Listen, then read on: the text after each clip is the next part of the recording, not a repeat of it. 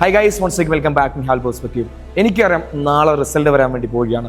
നിങ്ങളിൽ പല ആളുകളും റിസൾട്ട് എങ്ങനെയായിരിക്കും അല്ലെങ്കിൽ റിസൾട്ട് എന്തായിരിക്കും എന്ന ടെൻഷനായിരിക്കും. അത് മുഴുവൻ പഠിച്ച് ടെക്സ്റ്റ് ബുക്ക് കാണാപ്പാഠം പഠിച്ച് എല്ലാ ക്വസ്റ്റിനും ആൻസർ ചെയ്ത ആൾക്ക് പോലും നാളെ എൻ്റെ റിസൾട്ട് എങ്ങനെയായിരിക്കും എന്നൊരു ടെൻഷൻ ഉണ്ടായിരിക്കും. അതുകൊണ്ട് ടെൻഷൻ എന്ന് പറഞ്ഞാൽ ഏതൊരാൾക്കും, അതായത് പരീക്ഷ എഴുതി റിസൾട്ട് വെയിറ്റ് ചെയ്യുന്ന 100% കുട്ടികൾക്ക് ഉണ്ടാവും. അതുകൊണ്ട് അതിനെപ്പറ്റി നിങ്ങൾ കൺസേൺ ആവേണ്ട ആവശ്യമില്ല. നിങ്ങൾ കൺസേൺ ചെയ്യേണ്ട ആവശ്യം നാളത്തെ റിസൾട്ട് എന്തായിരിക്കും, ആ റിസൾട്ടാണോ എന്നെ ബാധിക്കാൻ വേണ്ടി പോകുന്നത്, എൻ്റെ ഫ്യൂച്ചർ ഡിസൈഡ് ചെയ്യാൻ വേണ്ടി പോകുന്നത്, അതാണ് നിങ്ങളെ കൺസേൺ. അല്ലെങ്കിൽ അവിടെ ആയിരിക്കാം നിങ്ങളുടെ കൺസേൺ. എനിക്ക് ഒരു ചെറിയ കഥ മാത്രമാണ് അല്ലെങ്കിൽ ഈ ഒരു അവസരത്തിൽ എനിക്ക് നിങ്ങളോട് പറയാനുള്ളത്.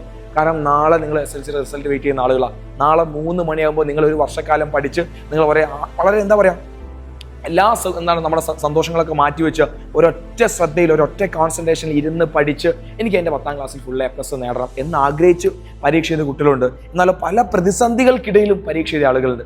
അവർക്കൊക്കെ വരാൻ വേണ്ടി പോകുന്ന ഒരേ റിസൾട്ടാണ്. അവരൊക്കെ ലൈഫിനെ നോക്കി കാണാൻ വേണ്ടി പോകുന്ന ഒരേ രീതിയിലാണോ?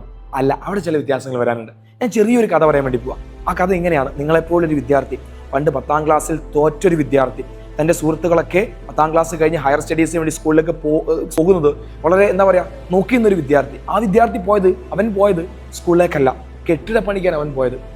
ആ വിദ്യാർത്ഥി പിന്നീട് ആ കഠിനമായ ജോലിൻ്റെ ഇടയിൽ അവൻ മനസ്സിലാക്കുന്ന ഒരു കാര്യമുണ്ട്. എൻ്റെ പരാജയം കൊണ്ട് ലോകത്തൊന്നും സംഭവിക്കാനില്ല. എൻ്റെ പരാജയം കൊണ്ട് നഷ്ടങ്ങൾ എനിക്ക് മാത്രമാണ്. എൻ്റെ പരാജയം കൊണ്ടുള്ള നഷ്ടങ്ങൾ എന്നെ സ്നേഹിക്കുന്ന ആളുകൾക്ക് മാത്രമാണ്.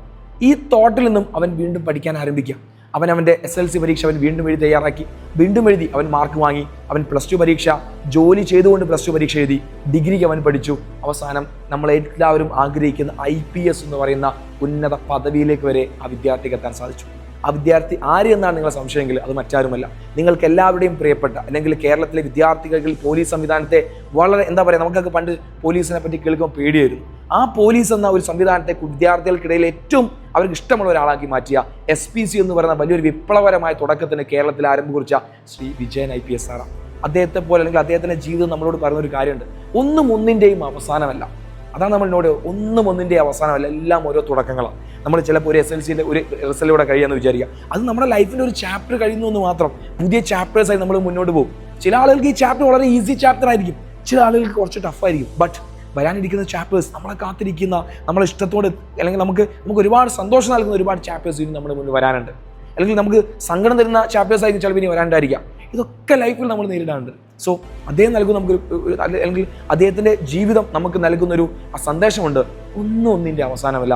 നമ്മൾ എത്രത്തോളം നമ്മൾ എഫേർട്ട് എടുക്കുന്നു, നമ്മൾ എത്രത്തോളം നമ്മളെ ലൈഫിനെ വളരെ പാഷനേറ്റായി നമ്മൾ കാണുന്നു, അത്തരം ആളുകളൊക്കെ ലൈഫിൽ റിസൾട്ട്. സോ നിങ്ങളുടെ റിസൾട്ട് തീരുമാനിക്കാൻ വേണ്ടി പോകുന്നത് നാളത്തെ ഒരു തുണ്ട് പേപ്പറല്ല എന്ന് മാത്രമാണ് ഈ അവസരത്തിൽ എനിക്ക് നിങ്ങളോട് പറയാനുള്ളത്.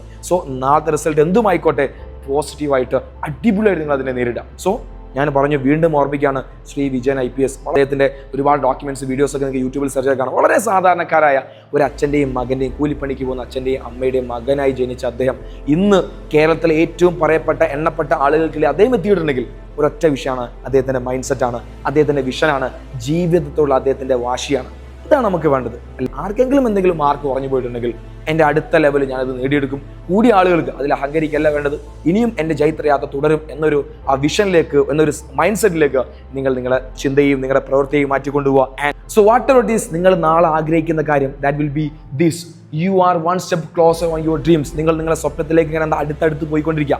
അതിന് ഒരൊറ്റ സ്റ്റെപ്പാക്കി മാത്രം അതിനെ കാണുക. എന്ത് തന്നെ ആയാലും റിസൾട്ട് നല്ല മാർക്കായാലും ഇനി അല്പം മാർക്ക് കുറഞ്ഞാലും നോ പ്രോബ്ലംസ്. നമ്മുടെ ജീവിതം ഇതുപോലെ ഒരുപാട് സ്റ്റെപ്സ് നമുക്ക് ഇനിയും കയറാണ്ട്.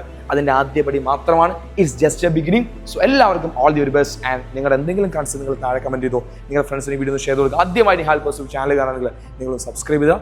നാളത്തെ ദിവസത്തെ പറ്റി ആലോചിക്കാൻ വേണ്ട, നാളെ നോർമൽ ഡേ ആണ്. വാട്ട് എവർ ഇറ്റ് ഈസ്, എല്ലാവർക്കും ഓൾ ദി വെരി ബെസ്റ്റ്.